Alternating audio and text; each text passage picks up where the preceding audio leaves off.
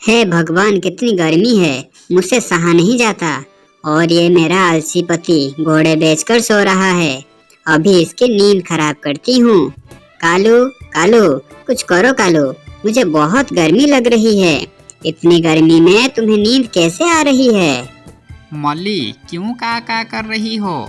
गर्मी का मौसम है, गर्मी नहीं लगेगा तो क्या ठंड लगेगी?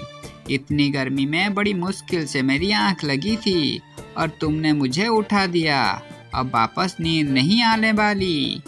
हाँ हाँ, तुम निश्चिंत होकर सो जाओ। बाकी कोई सोए या ना सोए, तुम्हारा क्या। चुपचाप जो पंखा पिछले साल से खराब पड़ा हुआ है उसे सही करो। मेरी नहीं तो कम से कम मेरे पेट में जो पल रहा है उसकी फिक्र तो करो। आज तुमने फिर से कोई बहाना बनाया तो मैं तुम्हें घर से बाहर निकाल दूंगी। फिर बाहर गर्मी में सर्दी के मजे लेना। नहीं नहीं मल्ली, तुम गुस्सा मत हो, मैं अभी सही करता हूँ तुम्हारा पंखा। कालू जैसे ही पंखे को हाथ लगाता है, हाथ तार पर पड़ जाता है और उसे बिजली का जोरदार झटका लगता है और कालू की मौत वहीं हो जाती है। जैसे ही मल्ली कालू की लाश देखती है, जोर जोर से रोने लगती है। मल्ली की आवाज़ सुनकर आस पड़ोस के सभी पक्षी मल्ली के घर जमा हो जाते हैं। फिर मल्ली बाकी पक्षियों से कहती है, मेरे एकलौते पति थे ये। मेरे लाख मना करने के बाद भी खराब पड़ा हुआ पंखा सही कर रहे थे और इन्हें करंट लग गया। अब मैं क्या करूंगी, मेरा क्या होगा? कम से कम मरने से पहले अपने होने वाले बच्चों का मुंह तो देख जाते। ऐसे रो मत मल्ली बहन, इससे बच्चे की सेहत पर बुरा असर पड़ेगा। इस हालत में तुम्हें अपना ख्याल रखना चाहिए। अब से तुम्हारे दाने पानी की जिम्मेदारी मैं लेती हूँ। अब से जब भी मैं अपना दाना लाने जाऊंगी तुम्हारे लिए भी लेते आऊंगी। हाँ हाँ गौरी भाभी, अब जब भी मैं अपने लिए फल लेने जाऊंगा तो आपके लिए भी मीठे मीठे फल ले आऊंगा। मैं भी अपने दुकान का राशन फ्री में दे दूंगा बहन।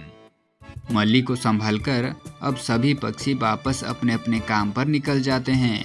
पक्षियों के जाते ही कालू एकदम से उठ खड़ा होता है और मल्ली के होश उड़ जाते हैं। कालू, क्या तुम मरे नहीं? नहीं मल्ली, मैं सिर्फ बेहोश हुआ था। होश तो मुझे बहुत पहले ही आ गया था, लेकिन मैं जानबूझकर नाटक कर रहा था। लेकिन तुम मरने का नाटक क्यों कर रहे थे? मेरी भोली भाली पत्नी, तुमने नहीं देखा? मेरे मरने से ही सब पक्षी तुम्हें घर बैठे बिठाए खाना देने की बात कर रहे थे। इससे अच्छी बात क्या हो सकती है? अब हमें इतनी गर्मी में दाना ढूंढने के लिए नहीं जाना पड़ेगा। पक्षियों को बेवकूफ बनाने की बात सोचकर दोनों हंसने लग जाते हैं। अब मीकू चिड़िया खुद के हिस्से का दाना ढूंढकर खाती है और मल्ली के लिए भी दाना ले जाती है। ये लो मल्ली बहन, पेट भर कर खाना। इस हालत में भूख ज्यादा लगती है, इसलिए मैं थोड़ा ज्यादा खाना लाई हूँ। अच्छे से खाना। ऐसा कहकर मीकू चली जाती है। मल्ली दाना खा ही रही होती है कि तभी वहाँ पर कबूतर भी बड़ा सा बैग लेकर आता है। ये लो बहन, ये पूरी महीने का राशन लाया हूँ। कुछ कम ज्यादा हो जाए तो बता देना, मैं और ले आऊंगा दुकान से। ऐसे दूसरी तरफ तोता फल लेकर मल्ली के पास आता है। भाभी, मैं आपके लिए और आने वाले छोटे छोटे बच्चों के लिए ताजा ताजा फल लाया हूँ। अच्छे से खाना और हो सके तो कालू को भूलने की कोशिश करना। ऐसी हालत में आपके लिए चिंता करना सही बात नहीं है। सबके जाने के बाद छिपा हुआ कालू बाहर निकलता है और इतना सारा खाना देखकर बोलता है, मल्ली, इतना खाना एक साथ तो मैं अपने पूरी जिंदगी में नहीं देखा था। कालू, मैं तो तुम्हें बेवकूफ समझ रही थी, लेकिन मान गई मैं तुम्हारी अक्लमंदी को। फिर दोनों पक्षी खाने पर टूट पड़ते हैं और खाना खाकर मजे से सो जाते हैं। दूसरी ओर कबूतर के घर में कबूतरी कबूतर को बोल रही होती है, भगवान ने मल्ली भाभी के साथ बहुत अन्याय किया है। मैं एक काम करती हूँ, मल्ली भाभी के लिए बेसन के लड्डू बना देती हूँ। मैंने सुना है गर्भवती को बेसन के लड्डू और काजू बादाम खिलाते हैं तो वो और उसका बच्चा स्वस्थ रहते हैं। वहीं दूसरी ओर तोते की पत्नी तोते को कहती है, मल्ली बहन का हम लोगों के सिवा कोई नहीं है और उनका अंडा सर्दी में आएगा। मैं एक काम करती हूँ, बच्चों के लिए अभी से ही गर्म स्वेटर और मोजे बनाना शुरू कर देती हूँ।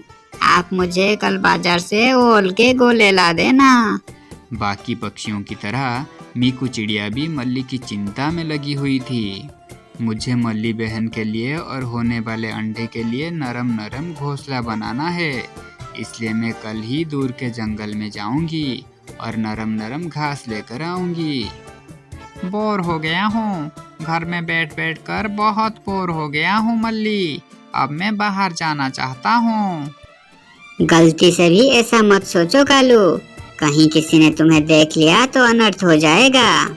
तुम घबराओ नहीं मल्ली, मैं घूमने के लिए दूर के जंगल जा रहा हूँ। वहाँ तो मुझे कोई पहचानेगा भी नहीं। अब कालू छुपते छुपाते दूर के जंगल जाता है और नदी के ठंडे ठंडे पानी में तैरने लगता है।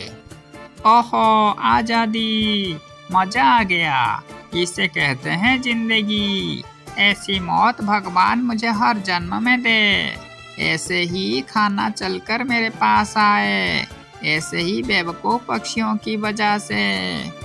मीकू चिड़िया जंगल से दूर यहाँ मल्ली की बच्चों के लिए घोंसला बनाने के लिए नरम नरम घास लेने आई थी। वो कालू की सभी बातें सुन लेती है। फिर तुरंत ही मीकू अपने जंगल की ओर भागती है और सभी पक्षियों को कालू की सच्चाई बता देती है।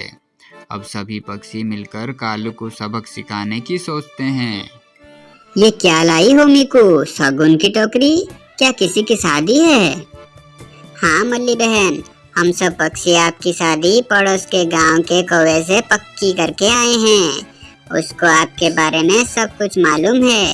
वो आपके अंडे को भी अपनाने के लिए तैयार है। अब आप मुंह मीठा कीजिए मल्ली बहन। ये बात सुनकर छिपा हुआ कालू कौवा सबके सामने आ जाता है। मेरी मल्ली और मेरे होने वाले अंडे मेरे साथ ही रहेंगे। खबरदार, अगर किसी ने ऐसी वैसी बात बोली तो मैं मुंह तोड़ दूंगा उसका। फिर सभी पक्षी एक साथ मिलकर कालू की धुलाई कर देते हैं। कालू की अच्छी तरह से मरम्मत करके वो सभी पक्षी वहाँ से चले जाते हैं। मुझे तुम्हारा पंखा ही सही कर देना चाहिए था। ये नाटक तो बहुत भारी पड़ गया मल्ली, मेरी सारी हड्डी टूट गई।